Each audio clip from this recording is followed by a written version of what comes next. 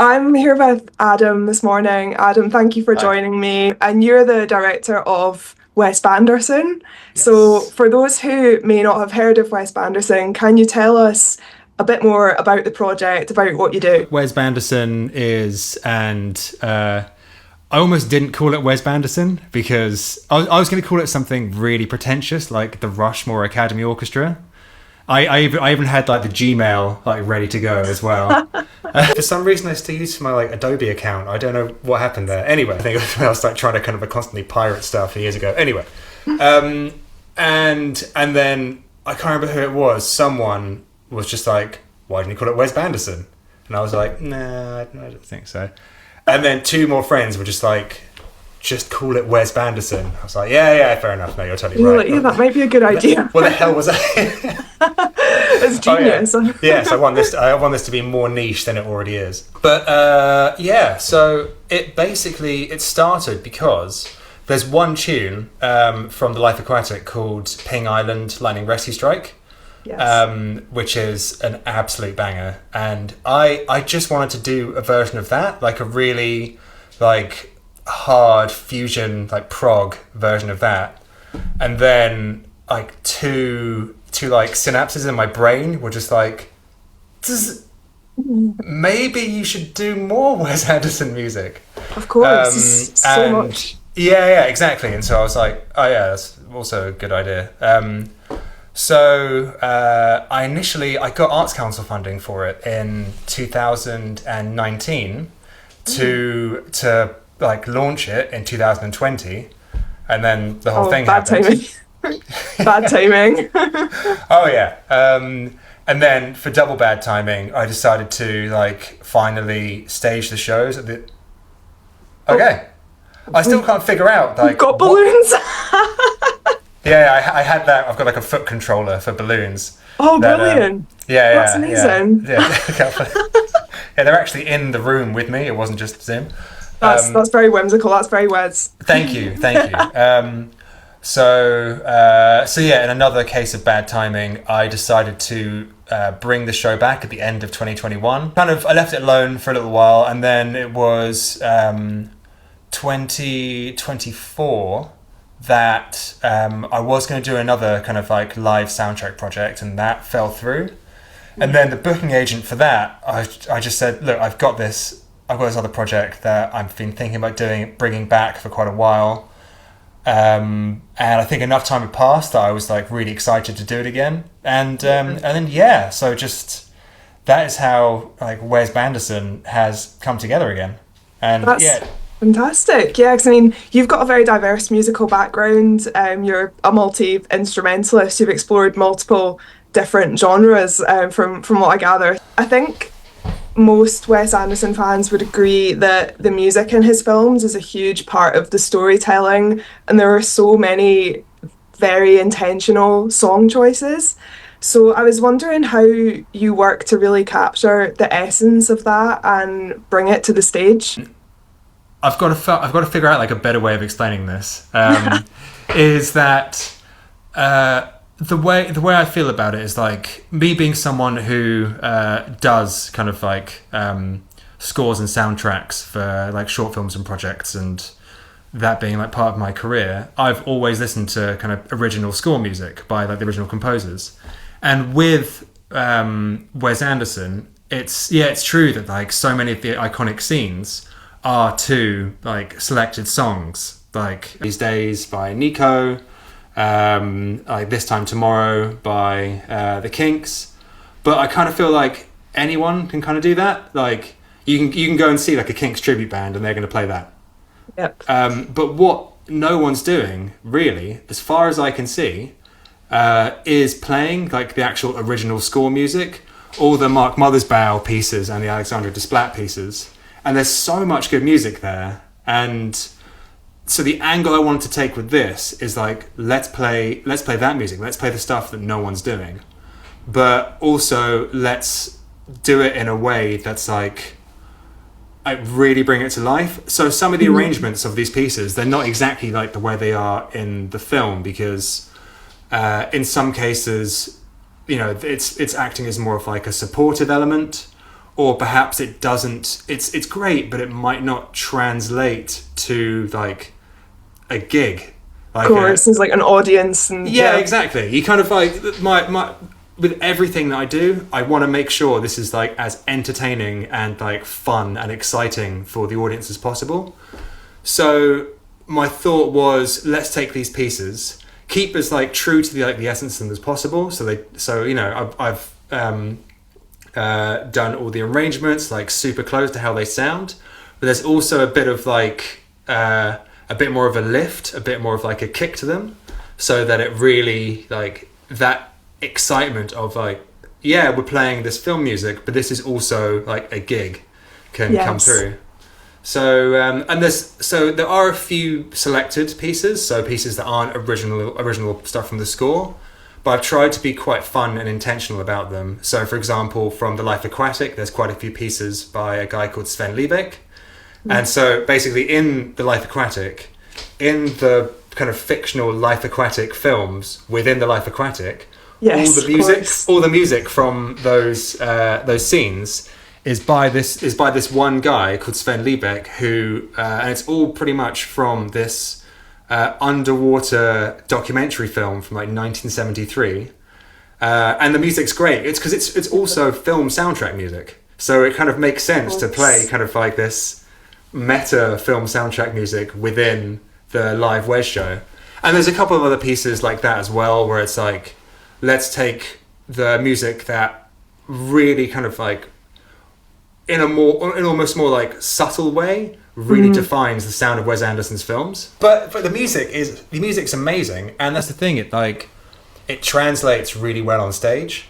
And so we've had quite a lot of people come up to us afterwards and either say like, I didn't realise that music was in there, so I'm gonna listen to the score again so I can hear that.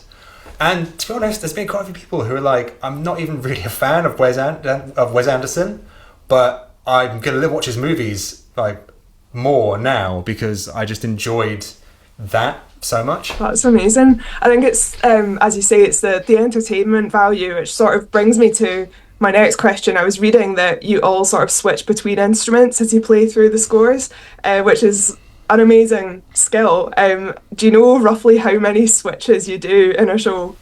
I mean, I've kind of given myself the easier role. I'm staying predominantly on bass. I do a little bit of keys, and I'll chat in between songs.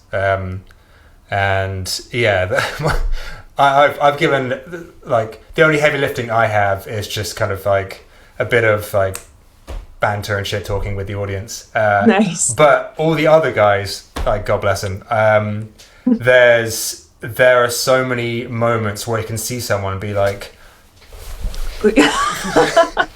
and so usually in between, so they've got in terms of like how it's laid out, the members, we've got Rob, who's up front in the middle.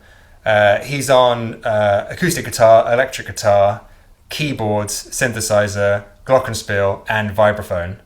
And he actually for the first tour back last year,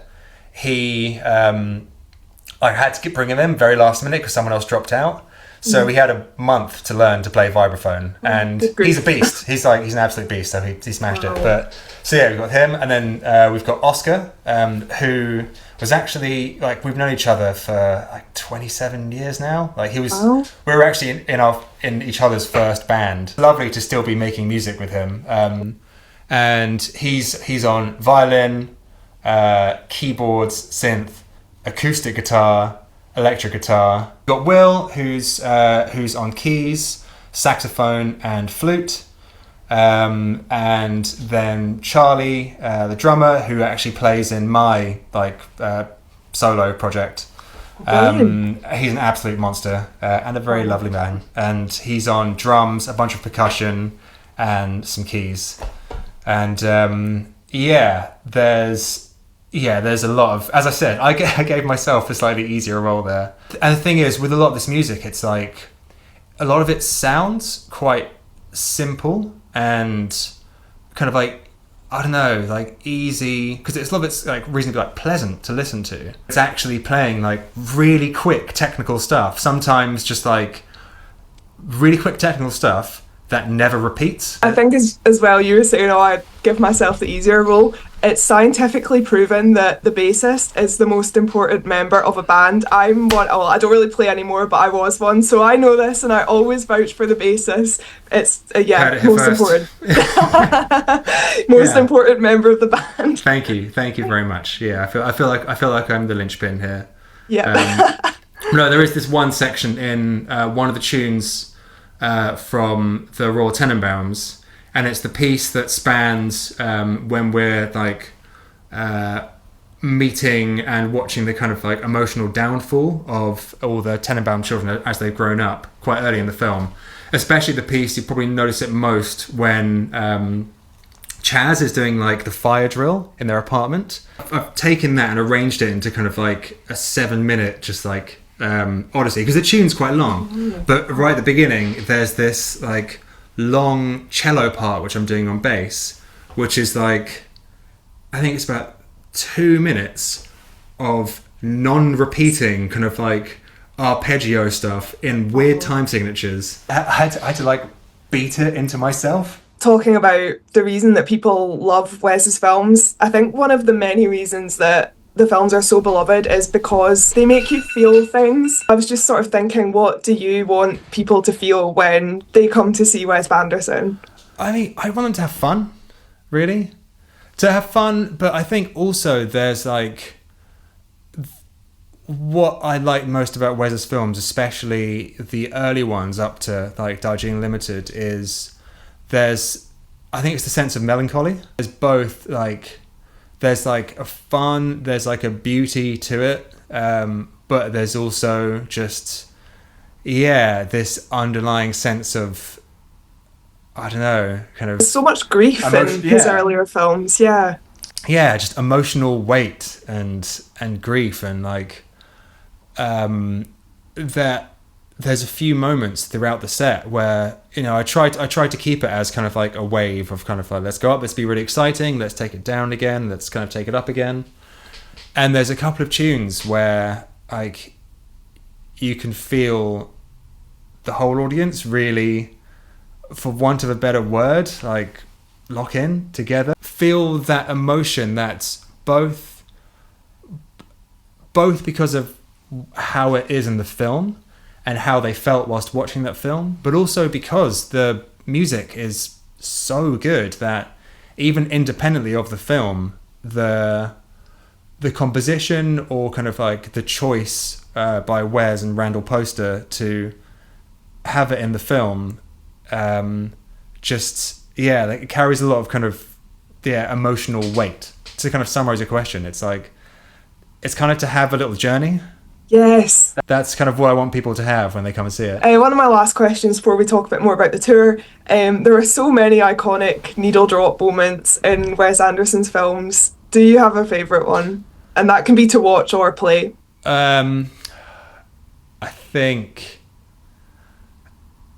I mean, to be honest, it's kind of hard to beat these days, Nico.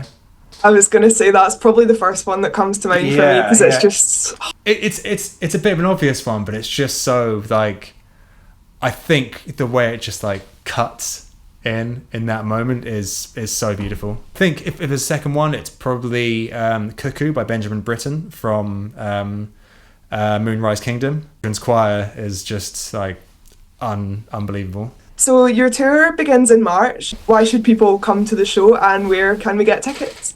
So you can get tickets from our website. It'll be up quite soon. I'm kind of like in the process of redoing it for this next tour.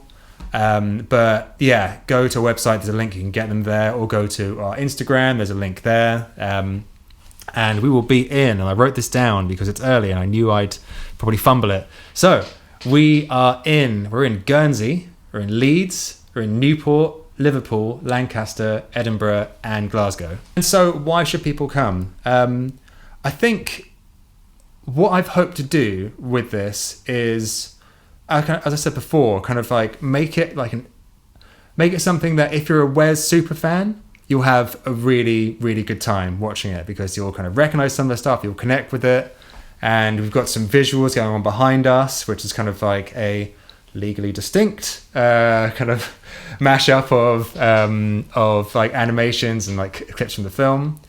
I think even if you're not really, that aware of the music from his films, or even not that aware from his films, the intention behind it is just to be kind of like a really fun night of music, and to do something where, like, no matter where you're looking on the stage, someone's going to be doing something quite interesting.